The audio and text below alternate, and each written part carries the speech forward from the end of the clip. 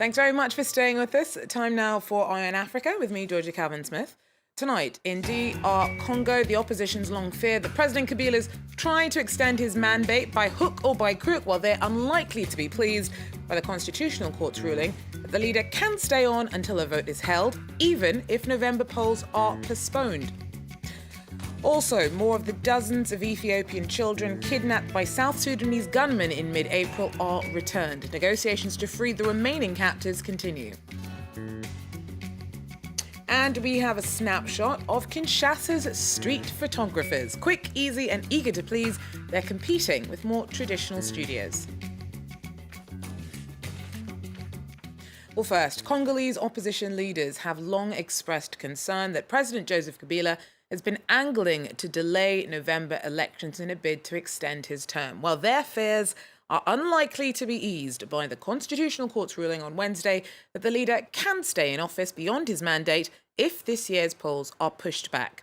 Some have accused the court of bias, and tensions are high over the question of Kabila's succession. Thomas Nicolon brings us more from Kinshasa. This is a decision that won't pass unnoticed. DR Congo's highest court ruled today that President Kabila would remain in power if the government failed to hold the election in November this year. It had become clearer and clearer over the past few months that the election would be complicated to hold, especially because of budgetary and logistical problems. And the Article 70 from the Constitution does say that the president must remain in power until the installation of a new elected president. Thus, Joseph Kabila would remain in power after November if the election is not held. And the opposition is not happy about that decision. This decision from the Constitutional Court is useless because it does not have the power to modify the Constitution. The Court's decision will never be above the Constitution, which clearly states that the President's mandate is 5 years long and he can only do 2 terms. And the presidential date for the election has to be settled on 90 days before the end of the President's term. The court's decision will add to the very tense political situation in DR Congo. Just today in Lubumbashi, Moise Katumbi, who said last week that he would run for president in November this year, was questioned for the second time this week over allegations that he recruited foreign mercenaries to plot against the government. He has denied all the allegations, saying that the government is trying to prevent him from running. Thomas Nicolon there for us in the Congolese capital. In other news, Nigeria's leader Muhammadu Buhari says that he has little use for a sorry from the British Prime Minister. This after David Cameron was caught on camera telling Queen Elizabeth that Nigeria is fantastically corrupt. This ahead of a major summit on the international scope of the problem in London on Thursday. Now, Nigeria's problems with corruption is no surprise for Buhari, whose election campaign put a promise of a crackdown centre stage. So he says that he'd rather Britain gave back the proceeds of corruption held within its domain than apologise. I'm not going to demand any apology from anybody.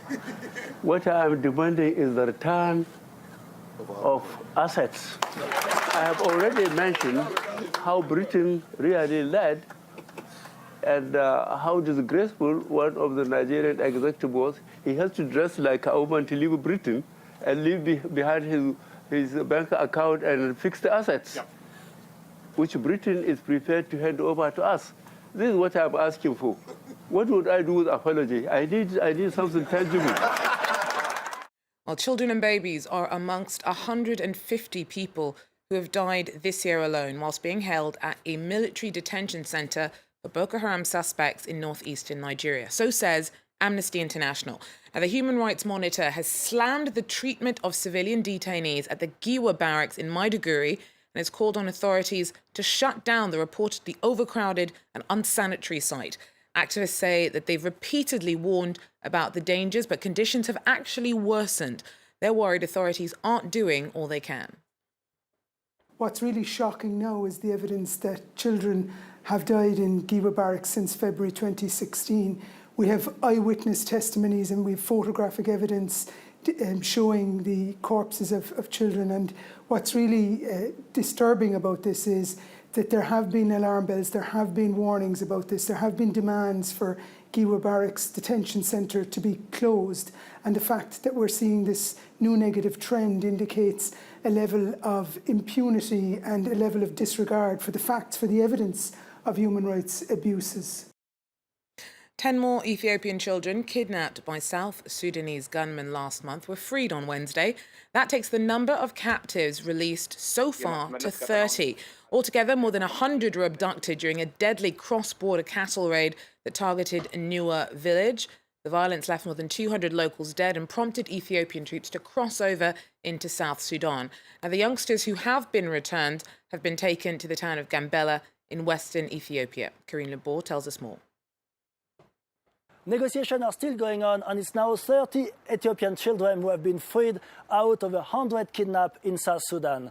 Ethiopia is insisting that this rescue has taken place without a bullet being fired and is the result of a mediation between tribal leaders on behalf of South Sudan and the Murle kidnappers. Ethiopia has put immense pressure on South Sudan by sending its army over the border in pursuit of the Murle gunmen who attacked Ethiopian Nuer villages last month, leaving more than 200 people dead. Addis Ababa has made it clear that military force was an option, much to the dismay of South Sudanese authorities. The Ethiopian government is now telling us that its soldiers are staying for the moment in South Sudan, and while Addis Ababa is hoping for peaceful and safe return of the children in Ethiopia, they will not hesitate to use military force if necessary. Karim Lebor there for us. Now, in Tunisia, 2 suspected jihadists were killed on Wednesday in a security operation near Tunis.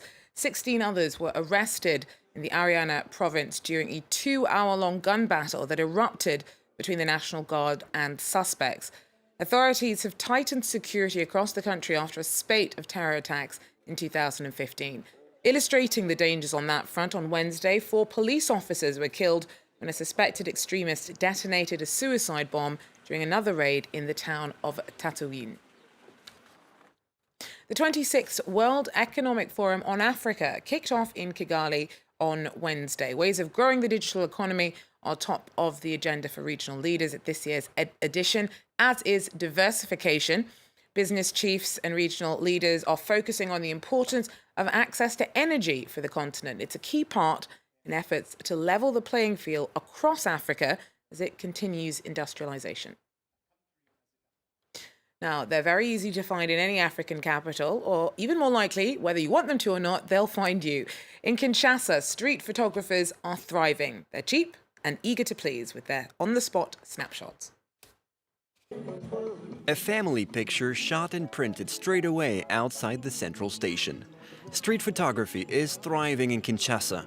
Lekadi Meto has been developing his business for 30 years. My brother taught me how to do this. He was a photographer before I started. I launched my own little business because the economy was weak. The framing's right, the color's bright, and photos are delivered in a flash. Many customers think it's a good deal, handy for family and official pictures. With the official studios, you have to wait for several days to get your picture. Here it's instantaneous, and it's cheaper. You can negotiate on the price here, and you can get your photograph on the spot.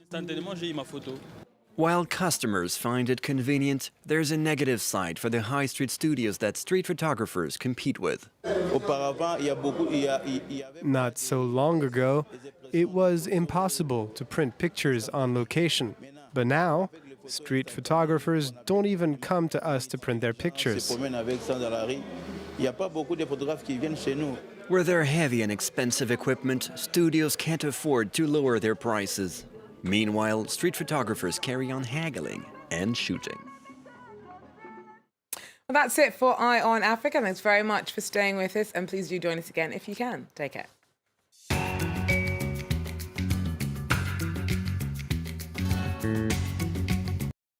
Hello there, this is Live from Paris on France 24. Get connected with France 24 social media. Take the first step. Tweet, like, become a fan of, break away from your TV.